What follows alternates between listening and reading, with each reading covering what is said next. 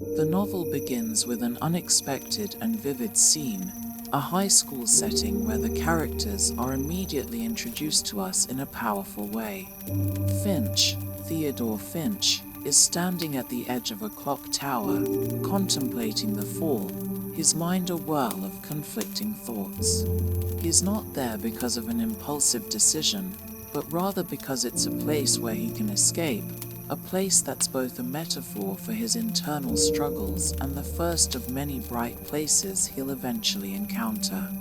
Finch is unpredictable, a student who has been labeled crazy by many of his peers, not because of a formal diagnosis, but because of the way he behaves, always erratic, always surprising. At the beginning of the story, Finch is full of questions, mostly about himself. He feels disconnected from the world, and even though his life at school is filled with people, he remains utterly alone. As he stands on the clock tower, he's contemplating not just the physical fall, but the emotional descent that has been following him for years.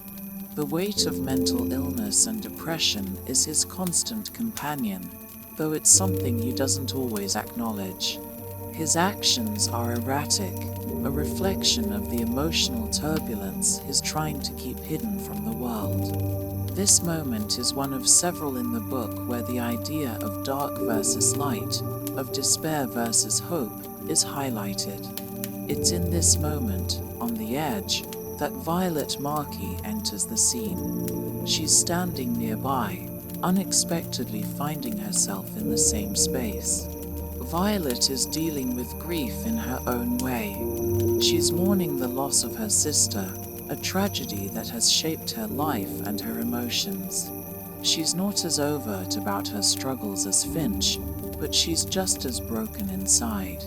Violet is the opposite of Finch in many ways. She's quieter, more reserved, and her sadness feels more hidden, though it's just as intense. Her grief from her sister's death is still raw, and she is wrapped in the numbness of loss. Their meeting is neither dramatic nor easy.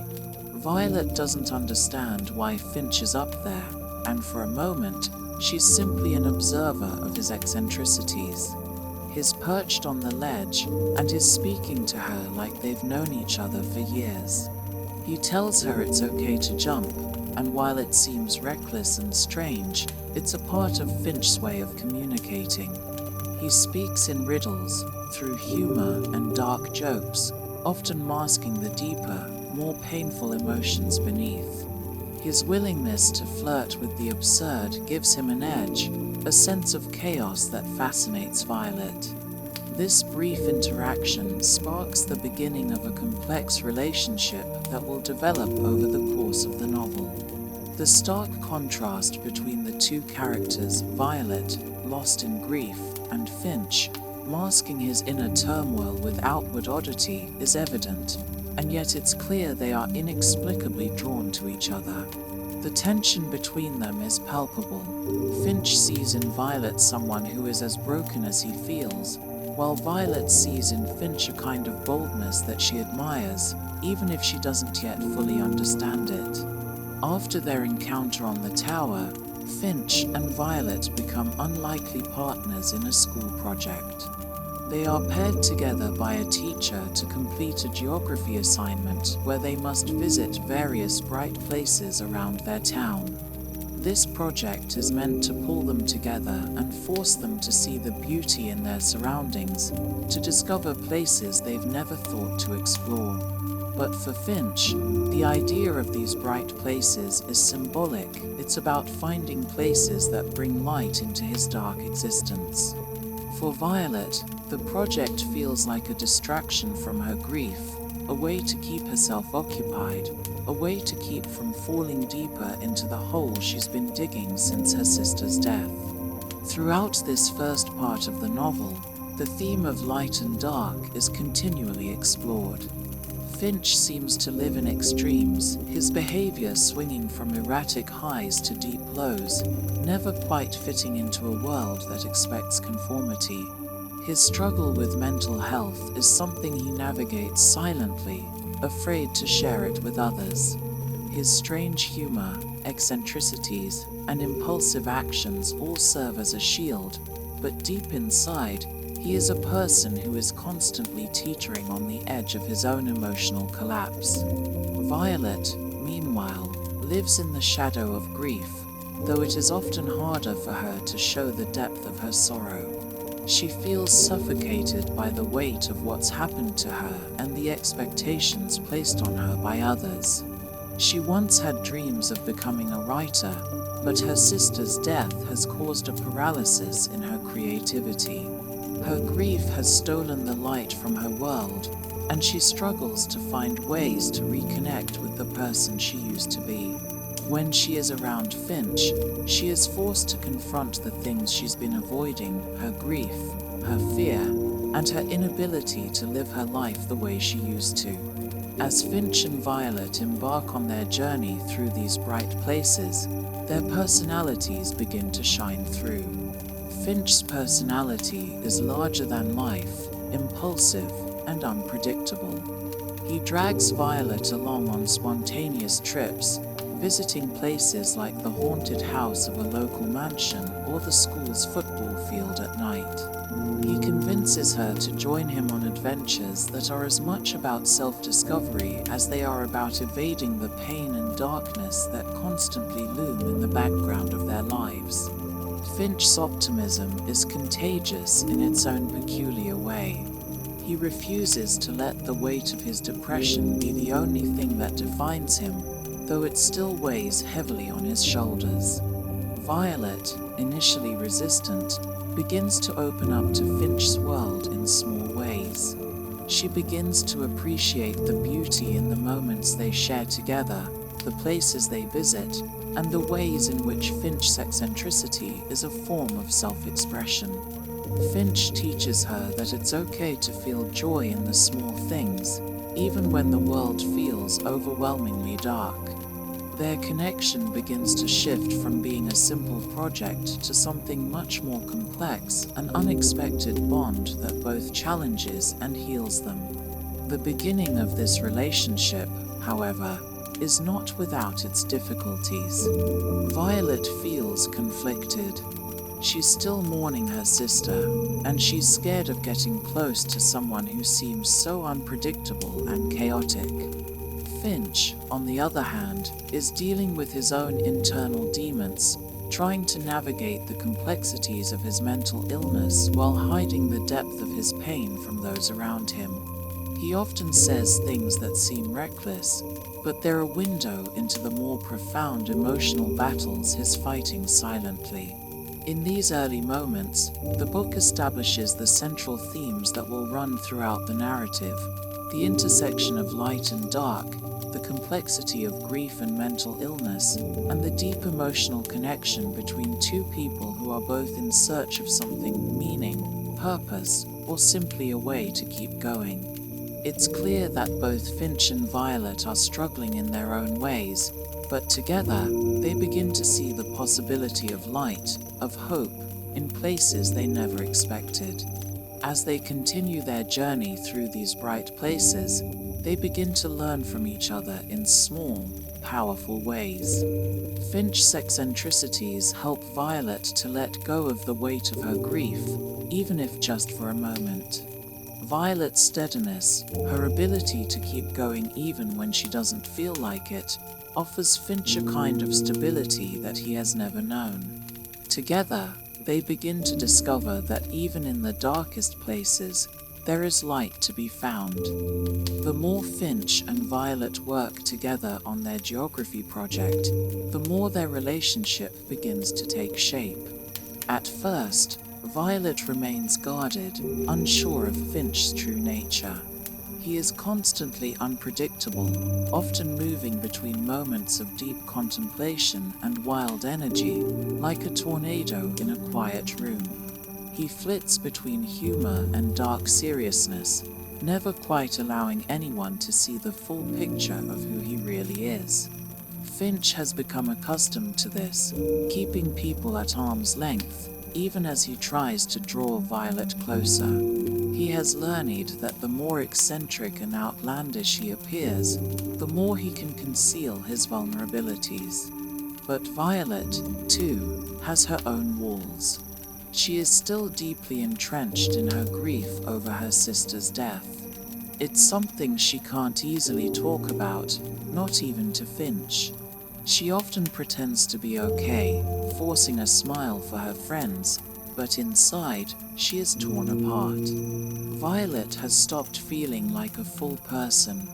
Her identity is wrapped up in the tragedy of her sister's passing, and she's stuck in a fog of numbness, unable to find a way out. Finch's unpredictability and his bizarre charm begin to irritate her at first. She doesn't know what to make of his constant questions, his offbeat humor, his desire to pull her into his chaotic world of exploration. She is reluctant to participate, unsure if she should keep pushing forward with the project or just retreat into the safety of her grief. Still, something about Finch keeps pulling her in, even as she fights against it. As much as she tries to keep her distance, the moments they share become harder and harder to dismiss. She can't ignore the way Finch brings lightness into her life, even when it seems fleeting. Each moment with him chips away at the emotional walls she has so carefully built.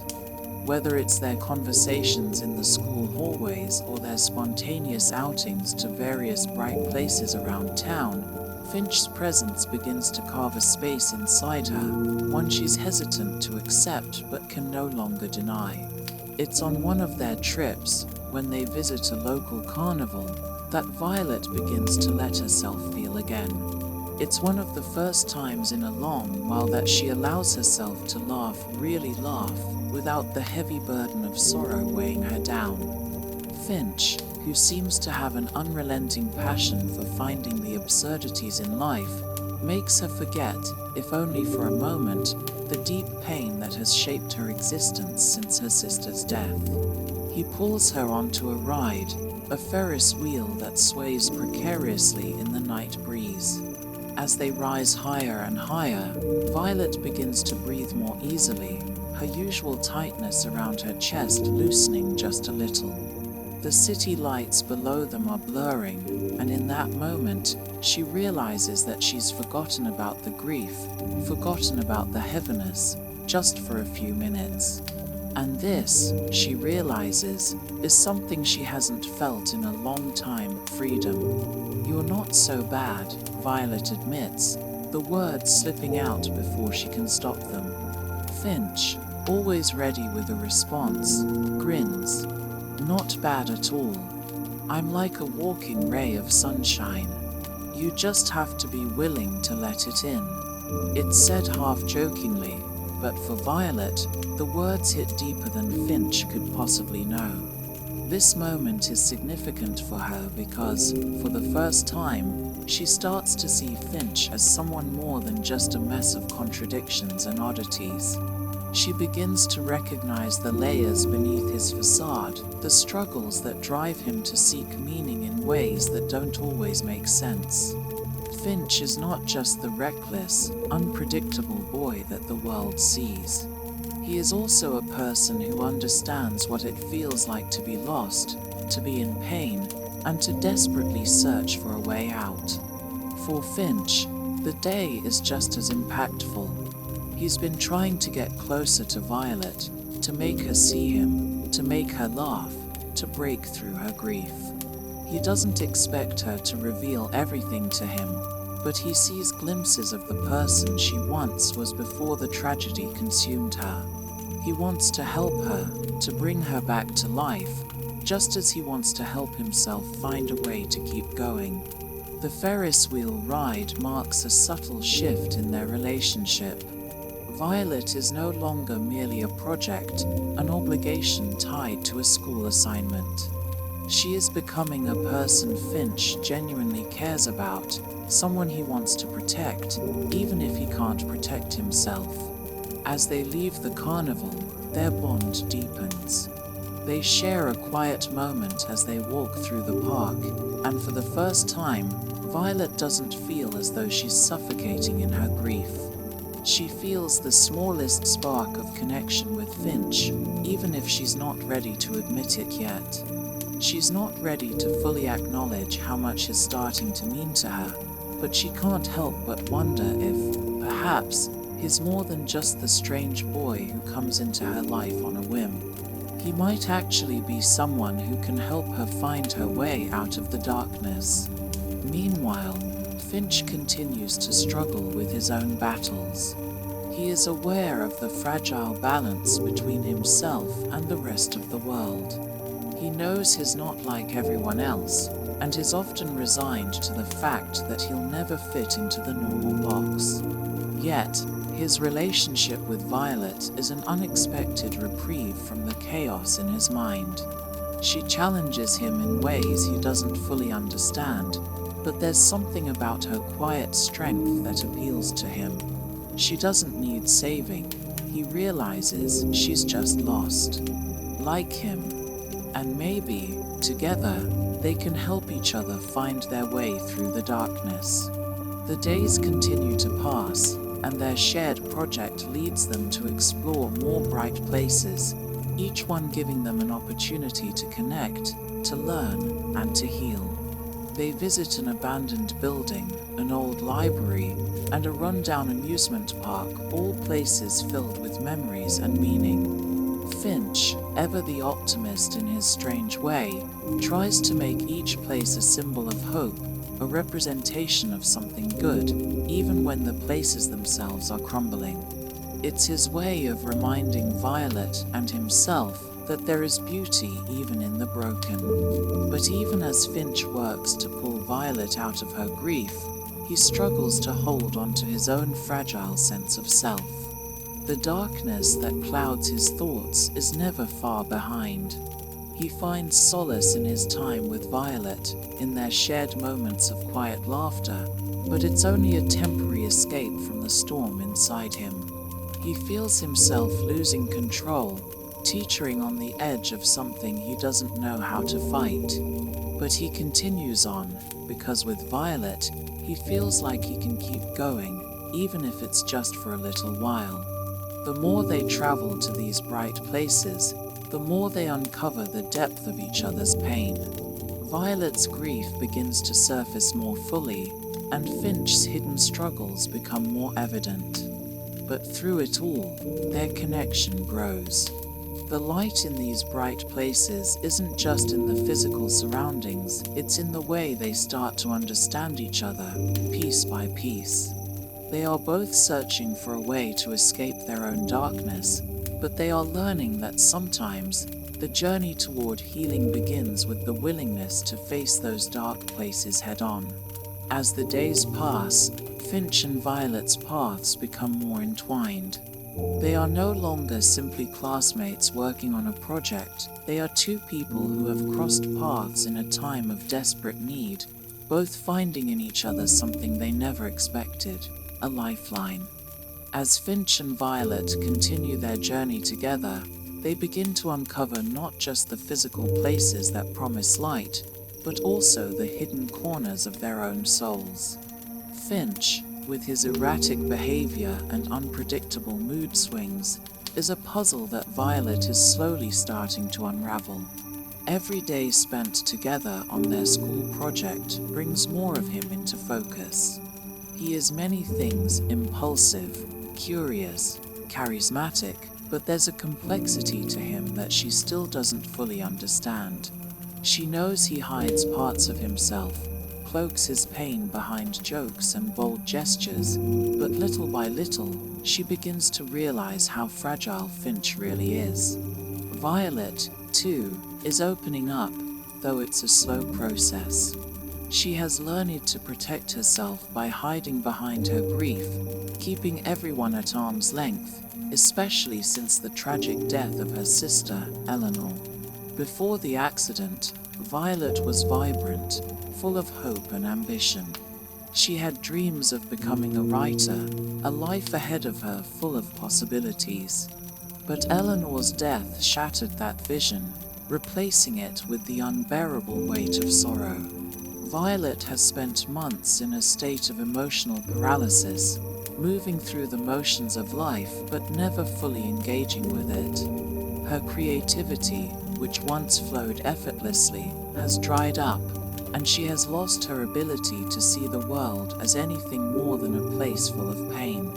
It's during a visit to the Wanderers Park, one of the bright places that Finch insists they explore, that Violet starts to see a glimmer of the girl she used to be. The park is beautiful in its decay, a place that has been largely forgotten by the world. What was once a vibrant, well-maintained space for families and children is now overgrown with weeds and littered with old, broken-down structures. It's a symbol of how things fall apart, how time erodes even the most beloved places. Yet there's something inherently beautiful about the park, something that Finch sees and Violet is only starting to understand.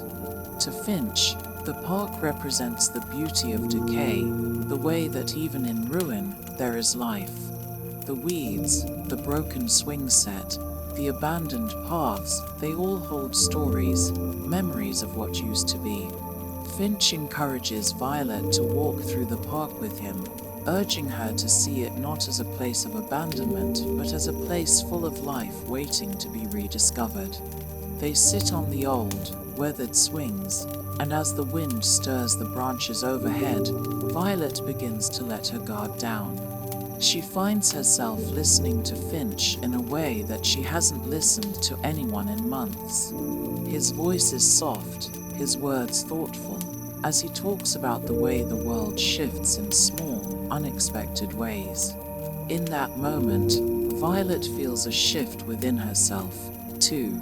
For the first time in a long time, she allows herself to feel something other than pain and acceptance, a curiosity, even hope.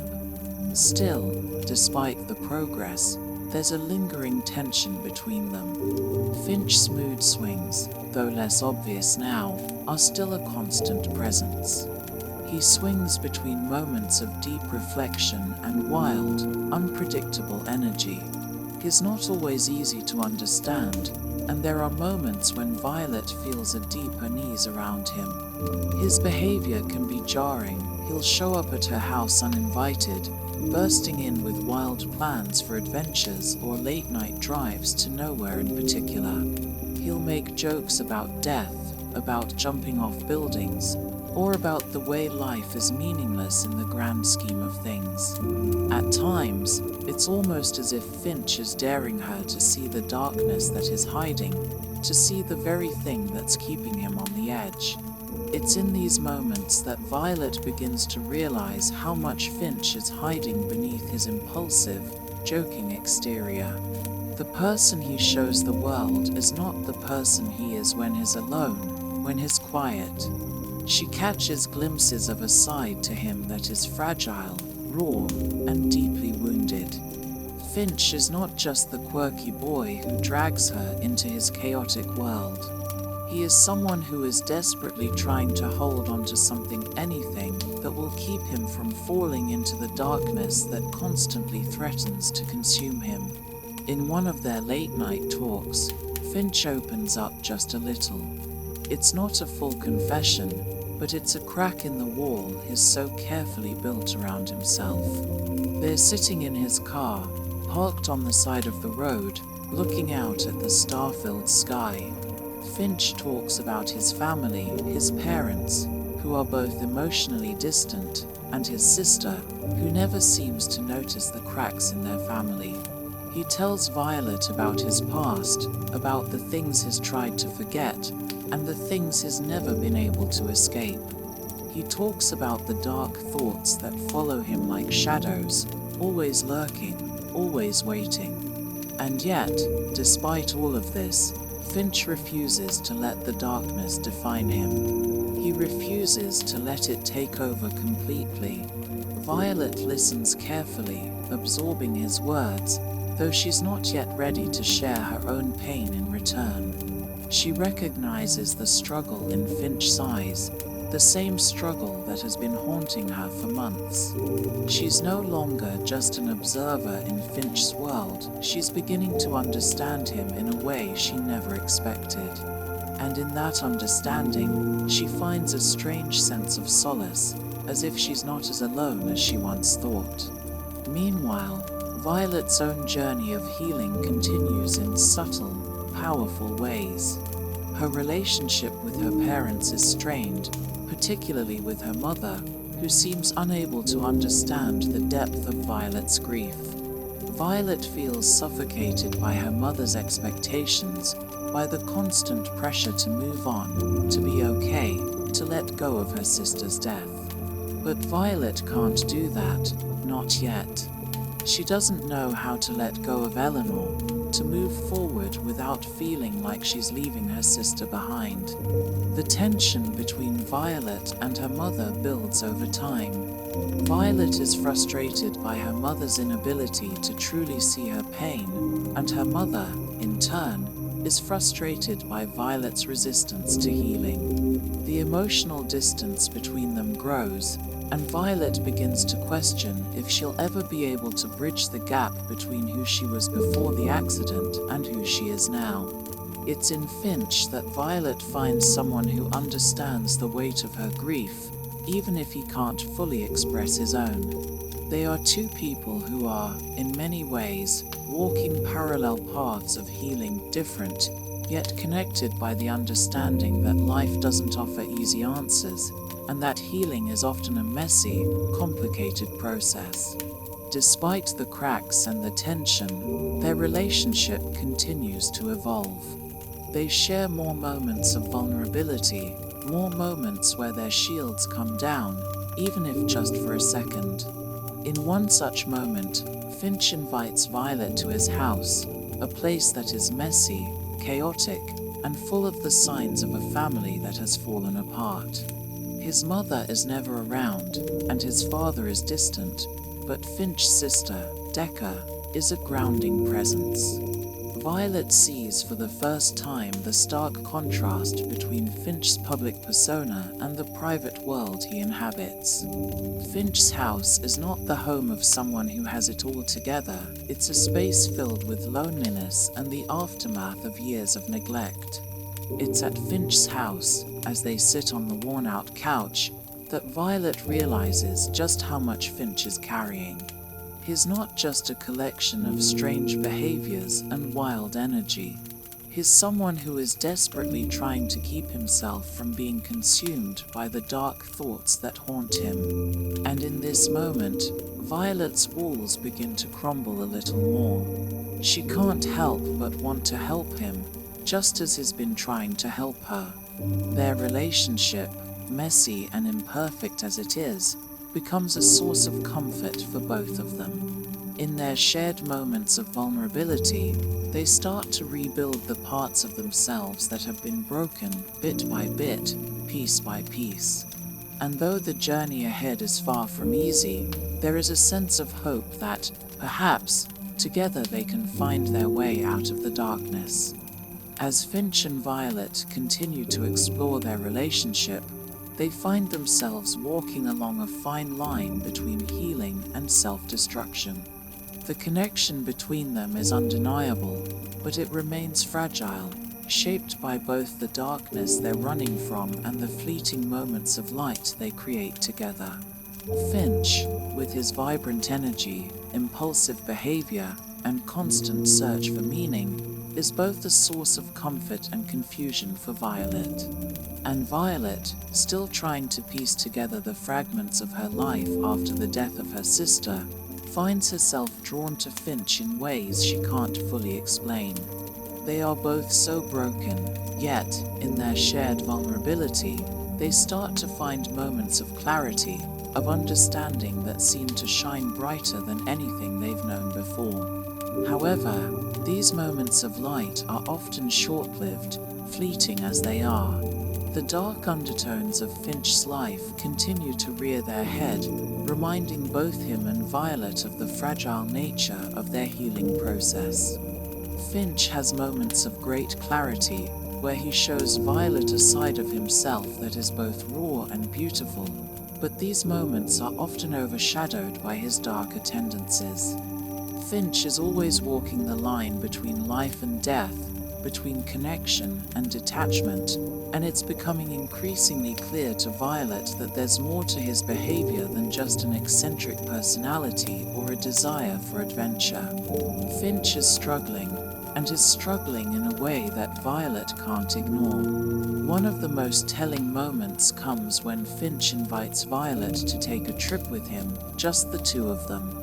He promises it will be an adventure, a chance for them to escape the suffocating expectations of their everyday lives. For a while, it feels like a breath of fresh air, a break from the weight of everything they are carrying. They go to a small, quiet town by the lake, a place that feels peaceful and untouched, as though the outside world doesn't exist here. It's in this peaceful isolation that Violet begins to see the cracks in Finch's facade more clearly. Over the course of their trip, they spend hours talking about their lives, about their families, their dreams, their pasts, and it's during these quiet moments that Violet begins to understand the depth of Finch's pain. He talks about the darkness that he can never escape, the thoughts that haunt him when he's alone, and the way he feels like he's constantly living on the edge of something he doesn't fully understand. There are times when he speaks with such raw honesty that Violet feels a shiver run through her, as if he's showing her a side of himself that is never shown anyone else. But as much as Violet wants to understand, there are moments when Finch's darkness overwhelms her. He pushes her away at times, retreating into himself, becoming almost unreachable. He'll disappear for hours, leaving Violet to wonder where he's gone, and when he returns, he's often distant, withdrawn, as if something has shifted inside him that she can't comprehend. Violet begins to understand that Finch is not just the boy who drags her into spontaneous adventures. He's also someone who is constantly battling the weight of his own mind, someone who is desperately trying to hold on to something, anything, that will keep him from falling into the abyss. Despite the beauty of the trip and the closeness they share during those days by the lake, there is an undeniable tension between them. Finch's wild energy and spontaneous nature are a source of joy for Violet, but they are also a source of confusion and fear. She begins to realize just how much she doesn't know about him, and the more she uncovers, the more she feels a sense of dread settle in her chest. She can't fix him, no matter how much she wants to, and she's not sure if she even can. As their time in the town comes to an end, Violet begins to withdraw slightly. The emotional weight of Finch's darkness, coupled with her own unresolved grief, starts to feel like too much. She wants to hold on to the hope that their relationship could be a source of healing for both of them, but she's beginning to see that Finch's struggles run much deeper than she first realized. She doesn't know how much longer she can keep up the facade that everything is okay, that they can make this work. The tension between them grows, and Violet starts to feel a pull between her desire to help Finch and her own need to protect herself from being consumed by his darkness. Finch, meanwhile, feels the shift in Violet. He notices the way she pulls away, the way her laughter no longer comes as easily, and he knows that is pushing her away in ways that he can't control. He sees her struggle, and it makes him feel more lost than ever. The truth is, Finch is scared. He's scared of his own mind, scared of the things he can't control, and scared that he'll lose Violet in the process. But just as he has always done, he buries his fear beneath layers of humor and sarcasm. He doesn't want to admit how deeply he is affected by his own internal battles. Instead, he continues to distract himself with wild plans and reckless behavior, afraid that if he slows down for too long, he'll have to face the truth of his own mind. As their relationship continues to evolve, Violet and Finch both begin to realize that healing is not something that happens in isolation. It is not something that can be forced or rushed. They can't fix each other, they can only help each other find the courage to face their own pain, their own darkness, on their own terms. This realization, while painful, is also freeing. They don't need to save each other, they just need to be there for each other, to provide the support and understanding that allows them both to take small steps forward in their own time. At the same time, Violet's relationship with her family continues to deteriorate. The tension with her mother grows, and Violet becomes increasingly frustrated by her mother's inability to see the depth of her grief. Her mother keeps urging her to move on, to stop dwelling on the past, but Violet can't seem to escape the feeling that everything she once knew has been shattered. She begins to withdraw from her family more and more, finding solace in the moments she shares with Finch, even as those moments become more complicated and uncertain. Violet is also starting to realize that her grief is not something that can be neatly packaged and put away. It is something that she must confront head-on, something that will require time and patience. She doesn't know how to heal, but she knows that she can't do it alone. And though Finch's presence in her life complicates things, she also understands that he is the one person who understands the weight of her loss, even if he can't always show it. She can't fix him, and she can't save herself from the pain of losing her sister, but they can walk this path together, imperfect and broken as they are. As Finch and Violet return to their everyday lives, they both know that things are far from resolved. The darkness that haunts Finch is still very much present, and Violet's grief continues to weigh heavily on her. But there is a sense of something new growing between them, an understanding, a connection that allows them to face the difficult days ahead with a glimmer of hope. They may not have all the answers, and they may not be able to fix each other, but they have each other. And for now, that is enough.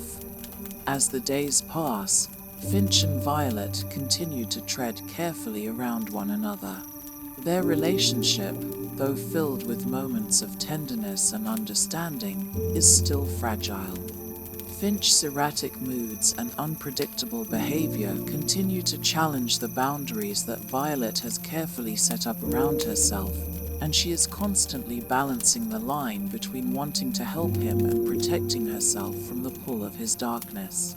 For Violet, the weight of Finch's internal battle feels like an invisible force pressing in on her, making her wonder whether she can be the one to lift him up or if, in the process, she might just be consumed by his pain. There are moments when she feels entirely powerless. She sees Finch retreat into his own mind, slipping into the heavy silence that often follows his more explosive outbursts. When he pulls away, Violet's heart aches with the knowledge that she is powerless to reach him, that he has a wall around him so thick and so sturdy that nothing she does can break through. This silence, this absence that he creates in his moments of withdrawal, is almost unbearable for Violet. It is a reminder that no matter how close they become, there are parts of Finch that she will never fully understand, parts of him that he refuses to share, or perhaps even acknowledge. Yet, she also knows that silence can be deceptive. She begins to notice the subtle ways that Finch communicates without speaking, the way his eyes sometimes seem to speak volumes, how his body language reveals more than words ever could. The quiet moments they share are no longer just filled with discomfort and uncertainty. They also become an opportunity for Violet to observe Finch in a way that she hasn't before. She watches as he fidgets, as his hands tremble when he's trying to hold himself together, as he stares off into space as though lost in some internal dialogue. These silent moments, though painful, become a sort of language between them, an unspoken acknowledgement of their shared struggle. The connection between them deepens in these silences. Violet no longer feels the need to fill every moment with conversation or distractions. Instead, she begins to understand the importance of just being present, even when words are few. She realizes that there are no easy solutions to Finch's struggles, no quick fixes. She can't change him, she can't heal him, but she can simply be there for him. In a way, this understanding brings a small sense of relief. She doesn't have to have all the answers, she doesn't need to save him. All she has to do is show up, in whatever way she can, without expecting anything in return. But even as Violet settles into this new understanding, the weight of the silence continues to press on her. She feels the emptiness that fills the space when Finch is distant, when his mind is lost in the shadows of his own thoughts.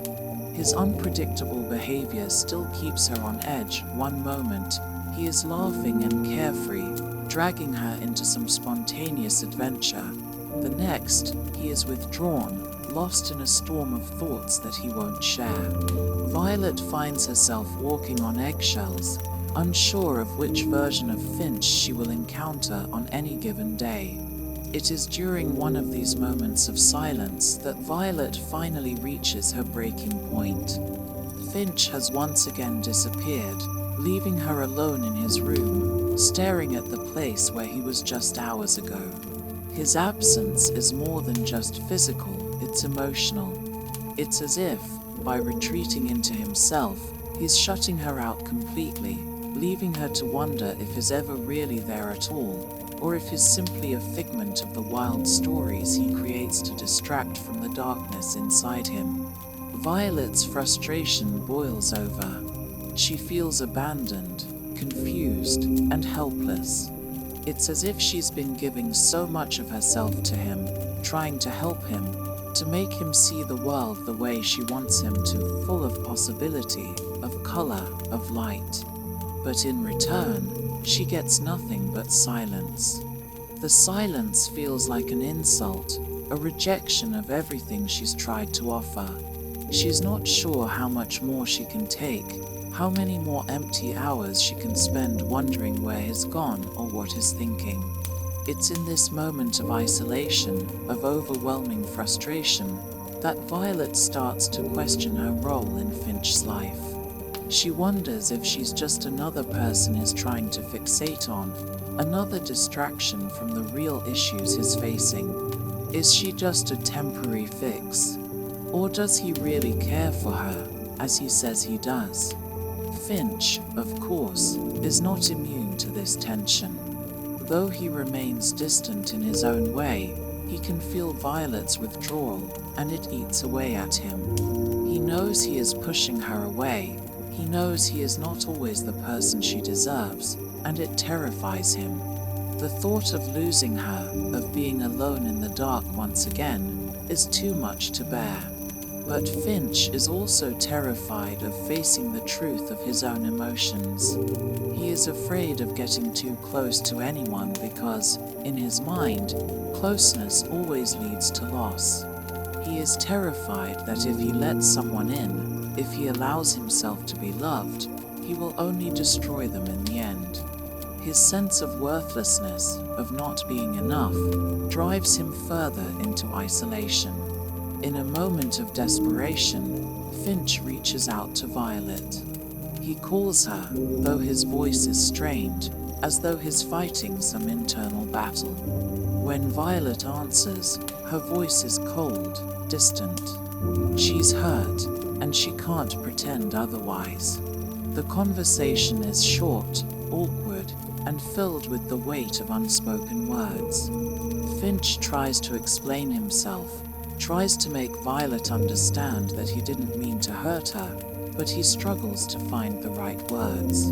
It's as if the silence that exists between them is too powerful for words to break through. "Violet," he says softly, "I'm sorry. I know I've been distant, but I don't want to lose you." Violet is quiet for a long moment, her heart heavy with the conflict between wanting to believe him and being scared of the consequences of getting too close. She wants to say that she understands, that she's willing to be patient, to wait for him to find his way. But the truth is, she doesn't know if she can keep doing this.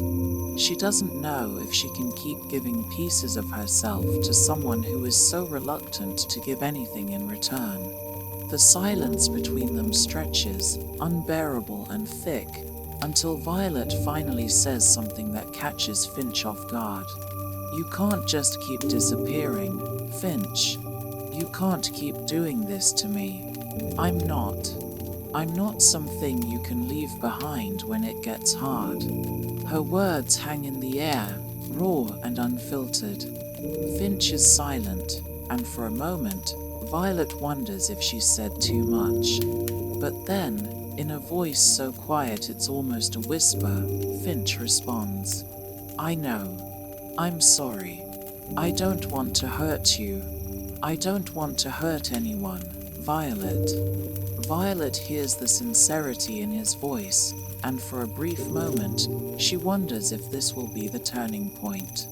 Maybe, just maybe, he's ready to confront the darkness that has been his constant companion. Maybe he's finally ready to let someone in.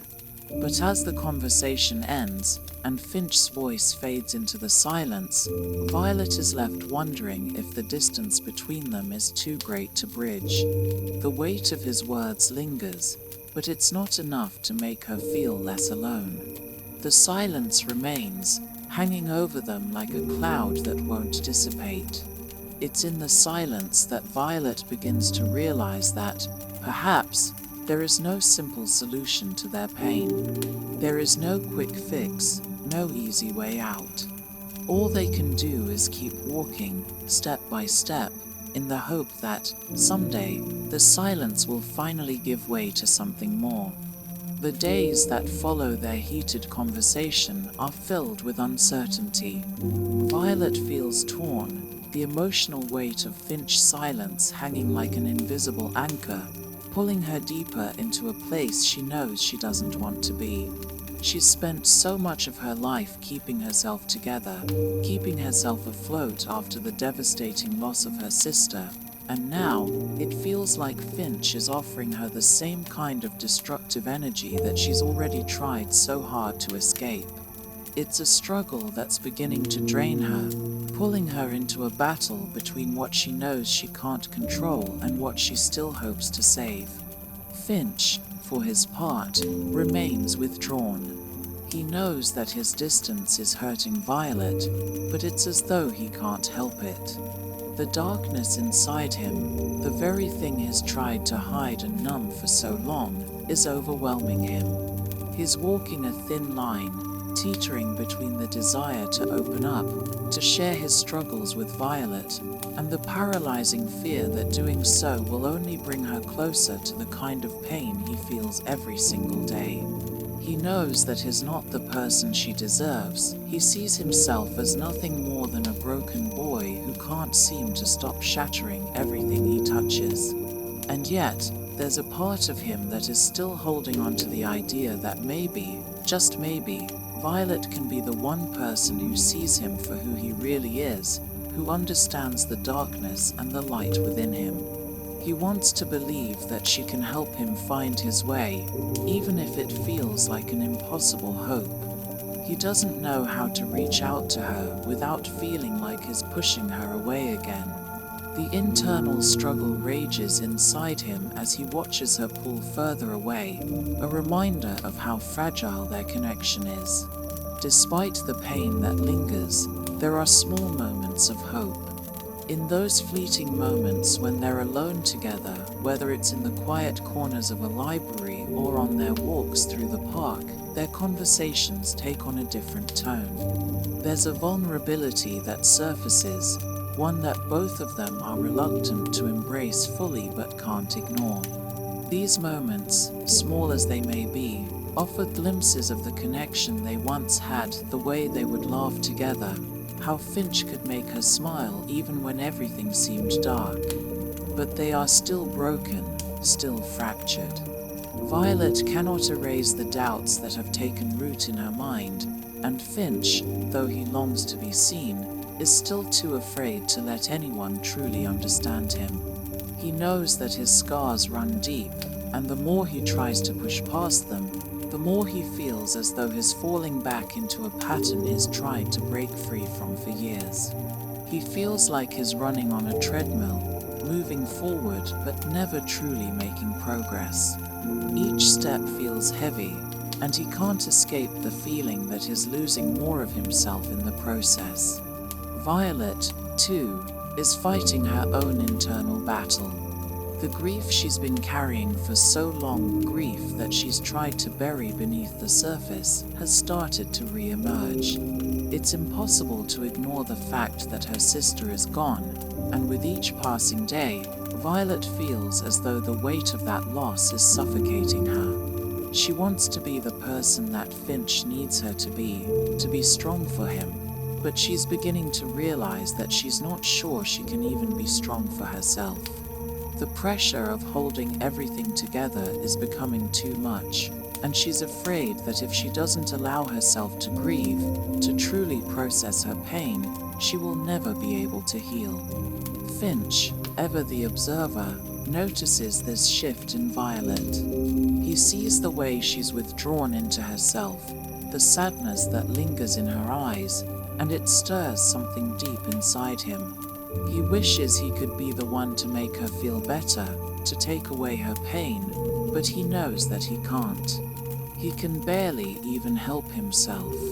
It's in this realization that Finch begins to confront something that has always terrified him. He cannot fix everything.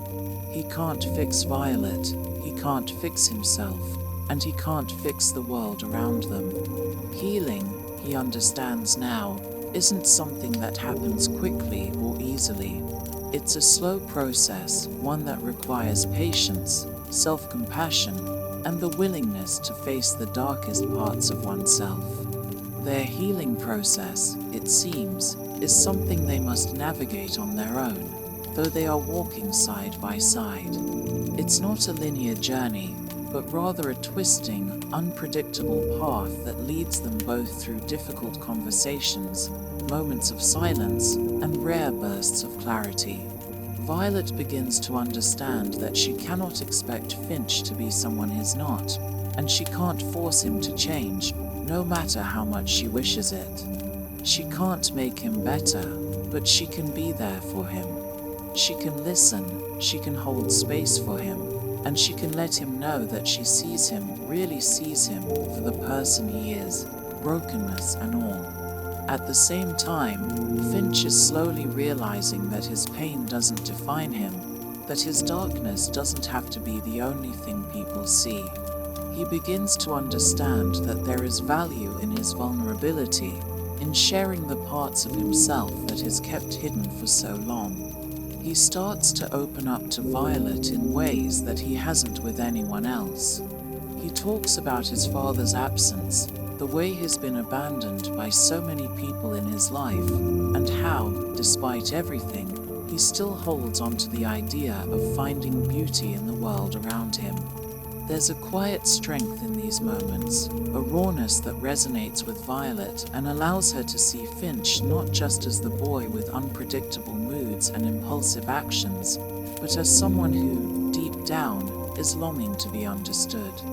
Yet, even as they begin to understand each other more deeply, the weight of their individual struggles never fully disappears. Violet still grapples with her own grief and the emptiness left by her sister's death. Finch, though he's slowly learning to accept himself and the darkness that follows him, still feels like he's teetering on the edge of something he can't control. Both of them are fragile, and though they lean on each other, the path to healing is still a difficult one. It's a journey filled with setbacks, moments of doubt, and stretches of silence. One evening, as they sit together on a park bench, watching the sun set in a brilliant cascade of colors, Violet turns to Finch and quietly says, "Do you ever feel like you're just waiting? Like there's something out there, but you don't know what it is, and you just keep waiting for it to come. Finch's answer is quiet but certain. Yeah, I've felt like that for a long time. Like I'm waiting for something to give, for the world to make sense. Violet nods slowly, as though she understands, as though her own feelings have finally found a voice. I feel the same way. Like I'm stuck, like I'm waiting for something that's never going to come. For a moment, they sit in silence, but it's not the kind of silence that presses in on them like it usually does. It's a quiet understanding, an acknowledgement of the uncertainty that surrounds them both. There's no easy solution, no magical answer to their pain. But in this moment, in the fading light of the evening, they find a brief sense of peace. They don't have to fix each other, and they don't have to have all the answers.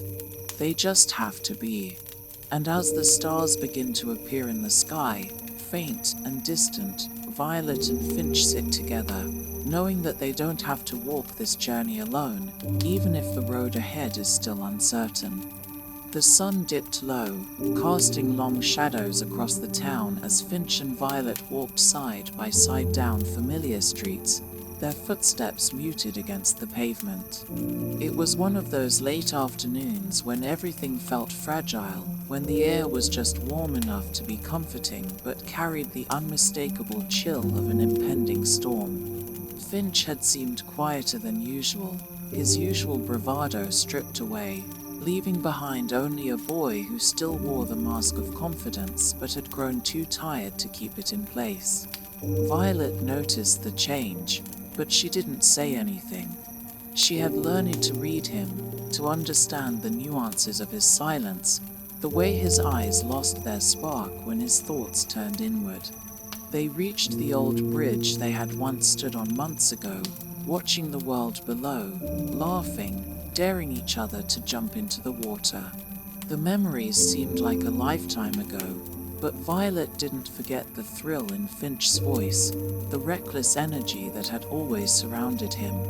Now, there was nothing reckless about him, just a quiet storm that raged behind his eyes, and Violet didn't know how to reach it.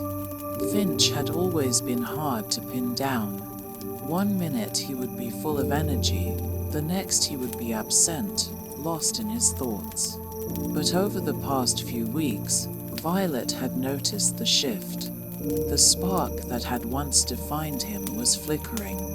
His usual humor, the kind that would make even the most awkward moments seem light-hearted, had begun to wane. There were long stretches of silence, moments when his laughter felt forced, his eyes distant.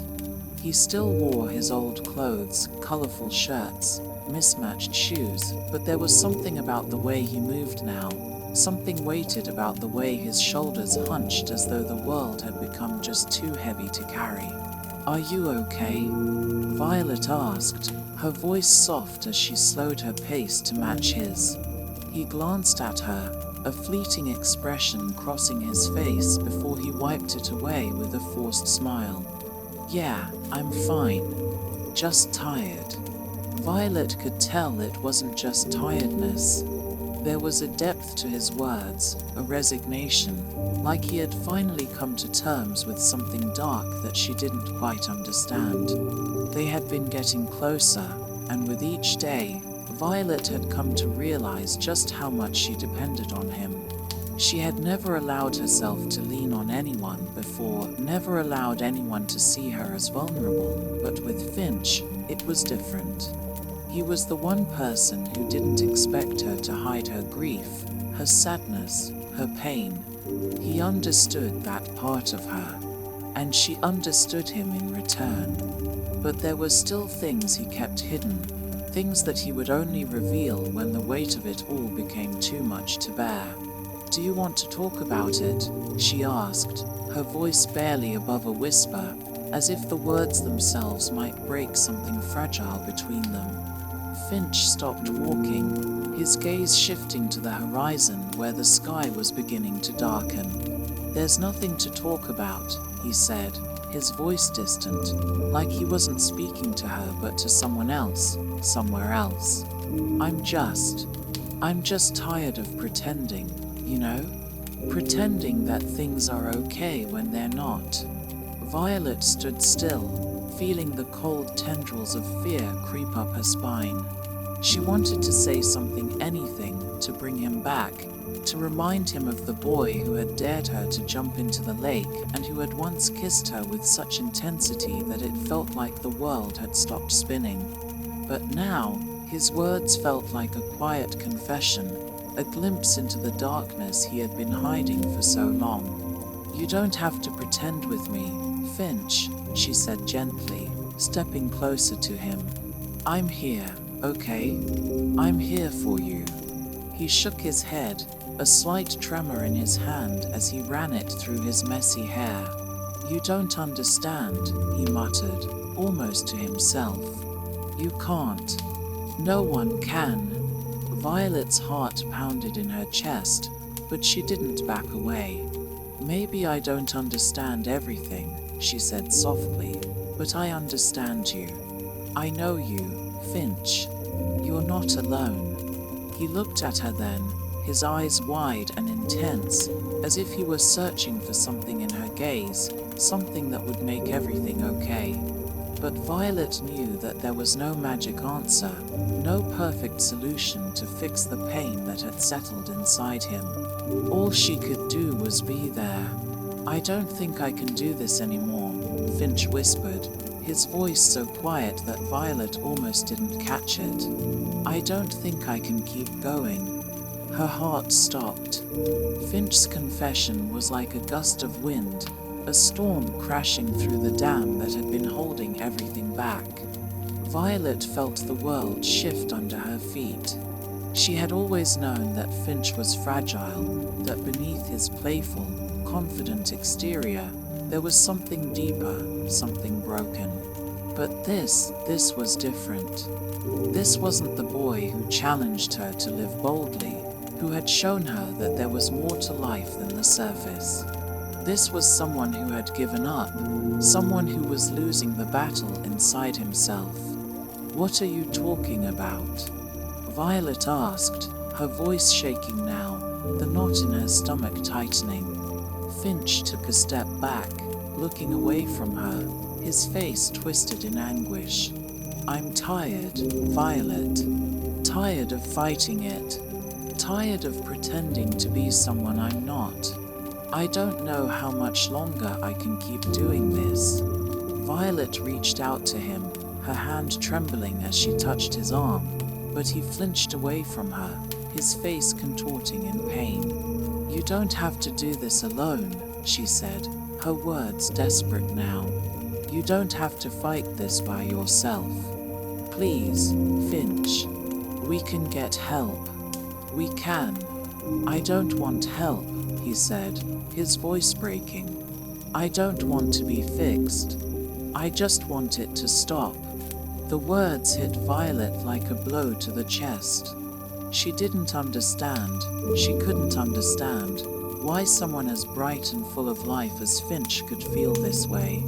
He had so much potential, so much to offer. She had seen it in him every day, felt it in the way he had made her feel alive again after losing her sister. But no amount of love or understanding could save someone who had already given up on themselves. "I love you, Finch," Violet whispered, her voice raw with emotion. "Please don't do this." Finch closed his eyes, his face softening, and for a moment, Violet thought she saw a flicker of something, some piece of the boy she had known, the boy who had kissed her in the rain, the boy who had made her laugh and dared her to dream. But then, he turned away, his shoulders shaking. "I'm sorry," he said, his voice barely audible.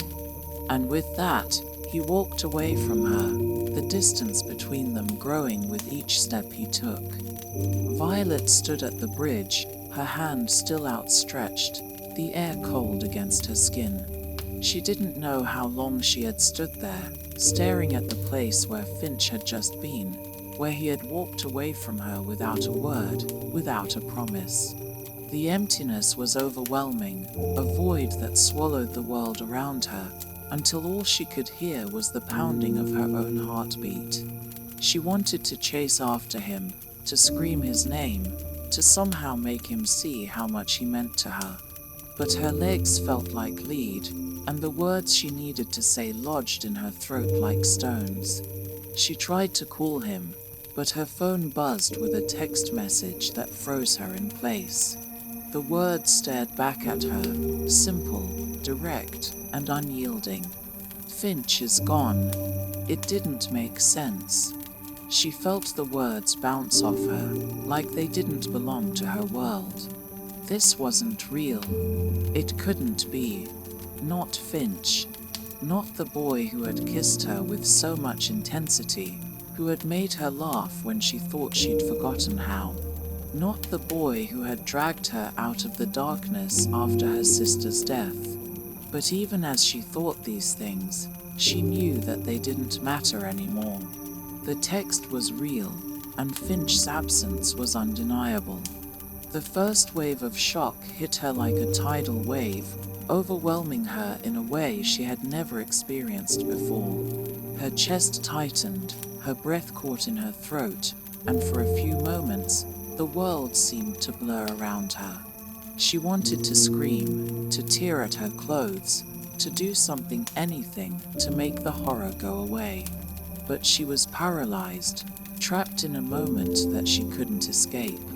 Her phone buzzed again, this time with a call from her mother. Violet didn't pick up. The last thing she wanted right now was to explain this, to hear her mother's voice telling her everything would be okay when it wasn't. The words felt hollow, empty. There was no fixing this. Not now. Not ever. The world around her seemed to collapse in on itself, and she could barely comprehend the chaos swirling in her mind. What did I miss? She thought. What could I have done differently? She had always known Finch was fragile. She had always known there was something broken inside him.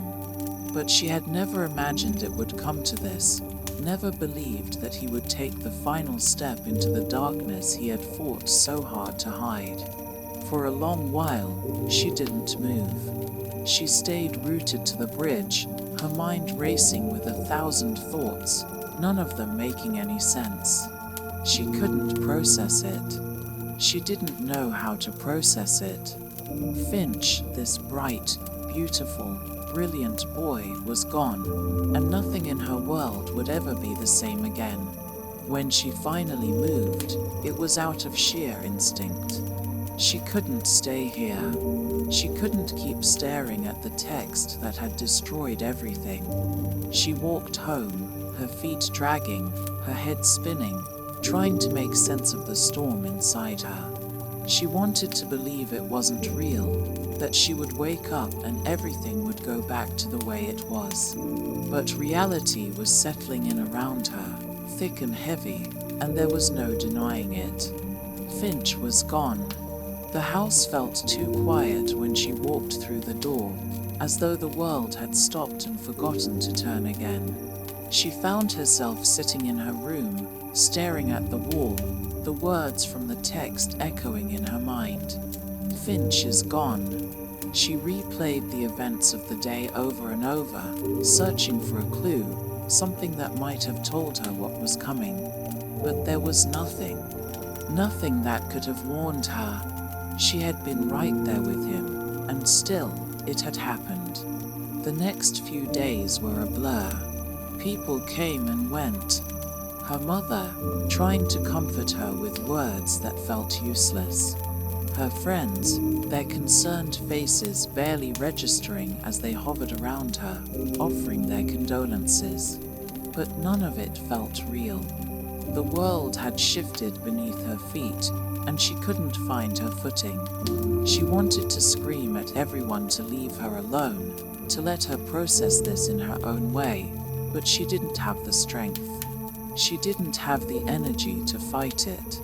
So she let the days pass, one after the other, feeling like a ghost in her own life. Everywhere she went, Finch's absence loomed over her. The empty seat in class, the places they had visited together, the small things that had once meant so much now felt like painful reminders of a life that no longer existed. And in the silence of her grief, Violet began to wrestle with the heavy weight of guilt that pressed down on her chest. Could I have done more? She wondered, her thoughts twisted and tangled. Could I have stopped him? The questions didn't have answers. She knew that. But the guilt didn't care. It ate at her from the inside out, making her feel like she had failed him. Like somehow she had missed the signs, failed to reach him when he needed her the most. The worst part was that she would never know. She would never know if there had been something she could have said, something she could have done to save him. It wasn't like the movies, where there was always a chance to change things, to turn things around. No, this was real life, and in real life, sometimes there was no happy ending. She didn't know how long she sat there, alone in her room, the weight of the world pressing down on her. She didn't know how long it would take to stop feeling like this. All she knew was that Finch was gone, and the world felt unbearably empty without him. But she couldn't stay there forever. She couldn't let grief consume her entirely. Finch wouldn't have wanted that. In the time they had spent together, he had always pushed her to be more, to see the world beyond the walls of her own grief, to live with the same intensity that he had always craved. And so, as the days stretched on, Violet slowly began to process the enormity of her loss. It wasn't something she could fix, but she could choose to live in a way that honored Finch's memory. She didn't know what the future held, but for the first time in a long while, she allowed herself to believe that there was still a place for her in the world. Violet was learning to live again, not in the shadow of Finch's death, but in the light of the love he had given her and the lessons he had taught her about truly living. But that didn't make it any easier. Grief had no set timeline, and Violet knew it would take time, more time than she could imagine, to heal from the deep cut Finch had left behind. Still, in the quiet moments, she would remember him, the way his eyes sparkled when he was full of life, the way his laughter could fill a room, and she would promise herself that she would live a life that was worthy of the bright, complicated boy who had once walked beside her. The days that followed Finch's death were hazy and fragmented, as if Violet were living in a dream she couldn't quite escape. Each morning, she would wake up with the hope that everything would be okay, only to have that hope shattered with the stark reality that it wouldn't. The silence in her house was suffocating, and the absence of Finch's voice, his laughter, his way of making the world seem just a little more bearable, was a constant reminder of what she had lost. It was hard for Violet to focus on anything. School felt like a distant memory, a place she couldn't connect to anymore. Her friends tried to reach out, offering condolences and quiet support, but nothing seemed to reach her. They couldn't understand the depth of her grief. They hadn't shared the things she had shared with Finch. They hadn't seen the parts of him that she had come to know. How could they understand what it felt like to lose a person who had been both a lifeline and a mirror, reflecting back parts of yourself you didn't even know existed? But amidst the turmoil, something unexpected began to shift. One morning, as Violet sat on her porch, staring out at the hazy horizon, her phone buzzed with a text from her mother. It wasn't anything urgent, just a simple check-in.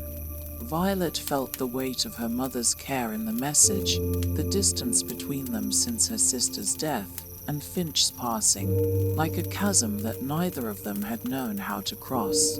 It was small, insignificant even, but for some reason, it struck Violet deeply. She began to wonder if it was time to start reaching out, to re-enter the world that had once felt so vibrant.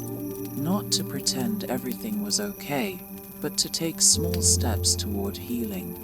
The first step was a visit to the small, quiet library in town. She'd gone there with Finch before, mostly to get away from the noise, to read and talk about the things that made life meaningful. Finch had always been one for random facts, for quoting obscure books, for pulling her into his world of oddities and mysteries. It had been his way of distracting her from the pain of her own life.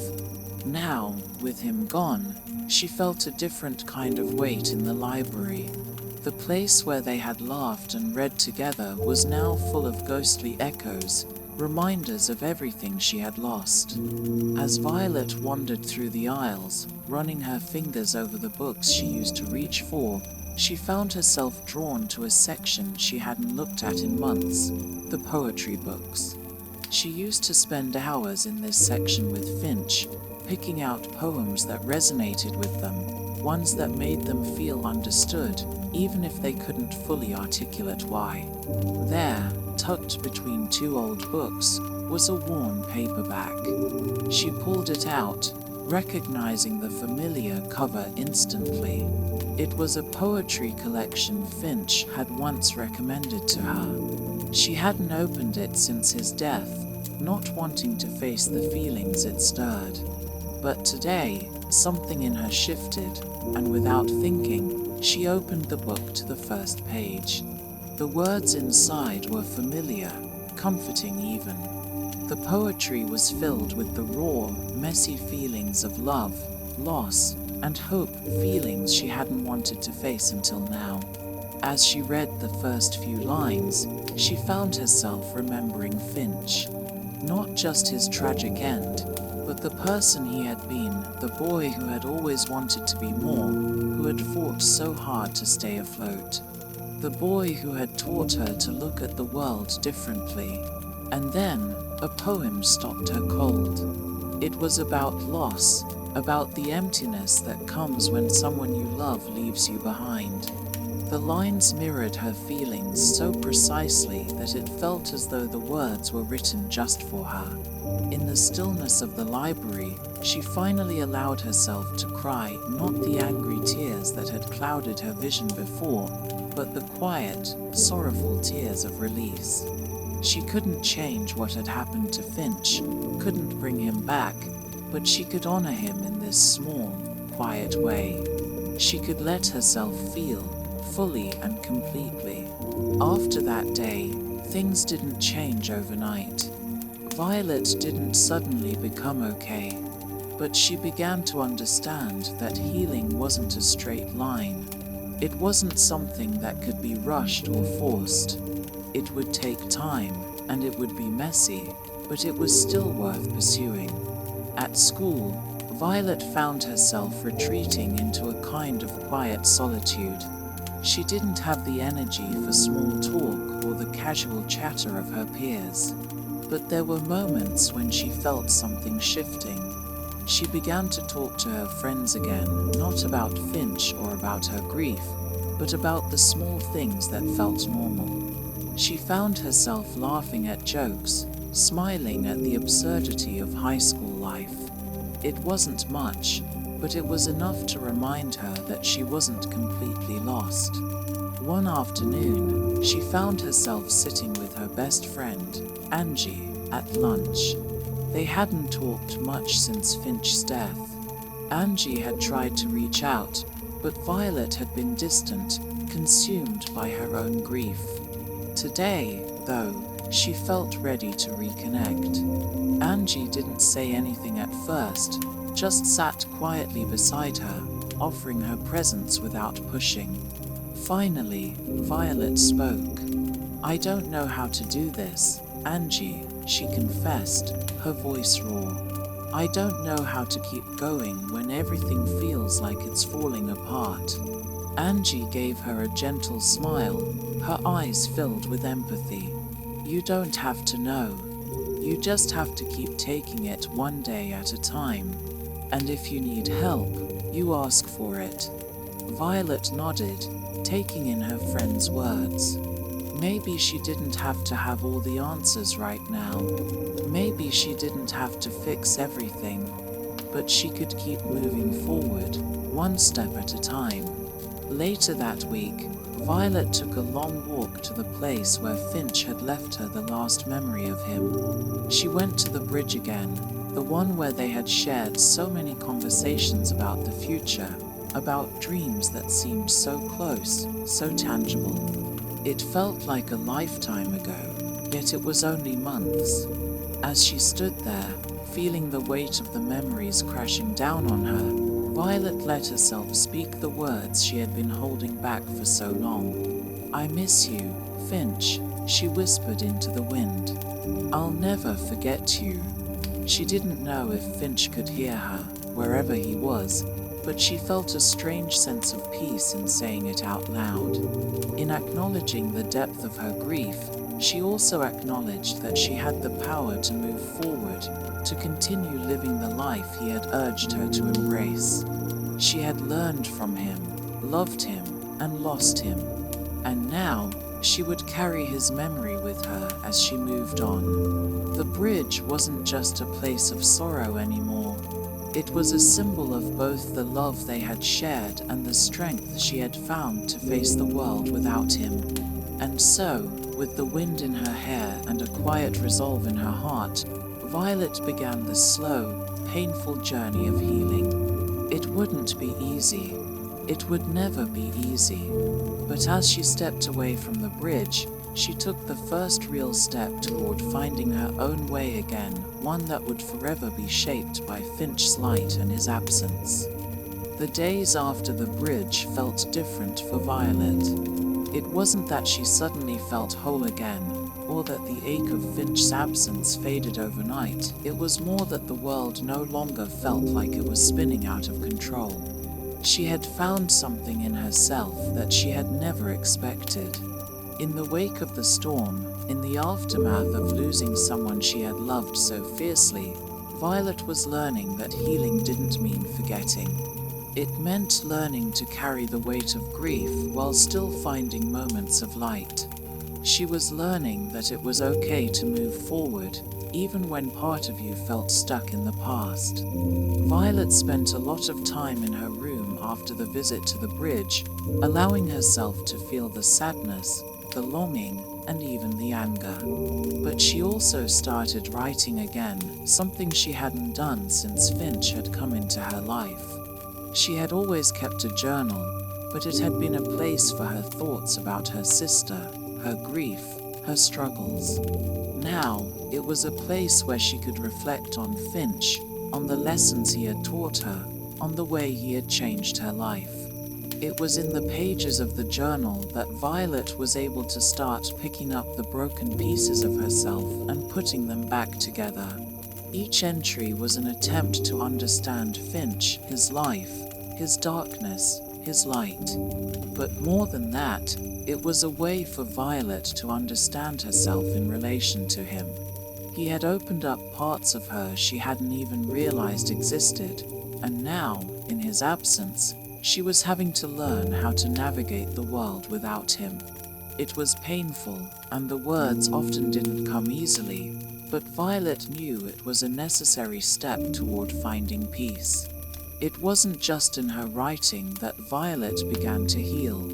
She returned to the places she had once frequented with Finch, the library, the coffee shop where they had spent countless hours talking about their hopes and fears, the park where they had sat and watched the world go by. These places were filled with memories, and at first, they hurt.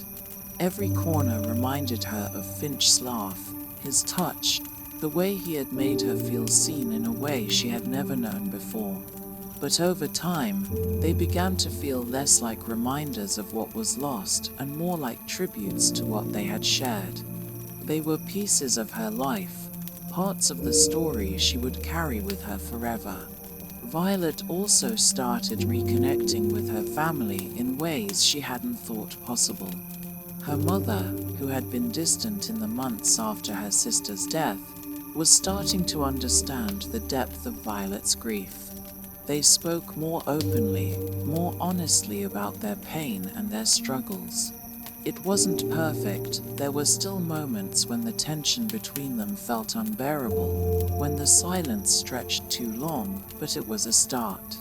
Violet realized that she wasn't the only one who had been suffering, that her mother too was trying to rebuild a life after losing her daughter, and now trying to find a way to help Violet through the pain of losing Finch. At school, Violet's return to normalcy was slow. The first few weeks back felt surreal, like she was walking through a fog. Her classmates treated her with the kind of gentle distance that only made her feel more isolated. But as time passed, she began to reconnect with her friends. They had all grieved in different ways, but together they began to find their way back to each other. Violet wasn't ready to speak about Finch's death in front of them yet, but she didn't need to. Her friends simply sat with her, listened when she was ready to talk, and made her laugh when she thought she would never smile again. It was on one of these quiet afternoons, sitting with Angie and her other friends, that Violet realized something important. Healing wasn't a singular journey, it was collective. It was about the people who stuck around, who held you when you thought you couldn't stand on your own. It was about leaning on others when the weight of grief felt too much to carry alone. She could feel Finch's presence in the moments of joy they shared, the laughter, the small acts of kindness, the quiet understanding that passed between them. It was as if, even in his absence, Finch was still teaching her how to live, how to love, how to find hope even in the darkest times. And then, one day, Violet found herself at the river again, standing at the edge where she and Finch had once spoken about their dreams, their futures. She hadn't been there since Finch's death, but today it felt right to return. She stood at the water's edge, her fingers brushing the surface, feeling the coolness of the river as it rippled against her skin. The sun was setting, casting a golden glow over the world. The air was soft, almost comforting. For the first time since Finch's death, Violet felt a deep sense of peace. She wasn't okay. She wasn't completely healed. But she had come to terms with the fact that healing would take time, and that it was okay to let herself grieve, to let herself be sad, but also to let herself live. She had learned so much from Finch, the importance of embracing life, the value of feeling deeply, and the strength found in vulnerability. And now, she was learning to take those lessons and apply them to her own life. In that moment, standing by the river, Violet whispered to the wind, to the water, to the world around her, "I miss you, Finch, but I'll be okay." She wasn't sure if she believed it completely, but it felt like a beginning of understanding that Finch would always be with her in the way she saw the world, in the way she loved and grieved, in the way she continued to move forward. It wasn't an end. It wasn't even a closing of a chapter. It was a continuation of a journey that Finch had started with her, and one that she would finish, carrying his memory with her every step of the way. The world felt lighter, as if the weight of her grief was no longer dragging her down. Violet took a deep breath, the air filling her lungs. She wasn't ready to forget Finch, but she was ready to honor him by living fully, by finding the joy and meaning that he had once shown her. She wasn't alone. She had herself, her family, and her friends. And even though she couldn't change the past, she could carry it forward, one step at a time. And as the sun dipped below the horizon, casting long shadows over the water, Violet walked away from the river, ready to face the world again.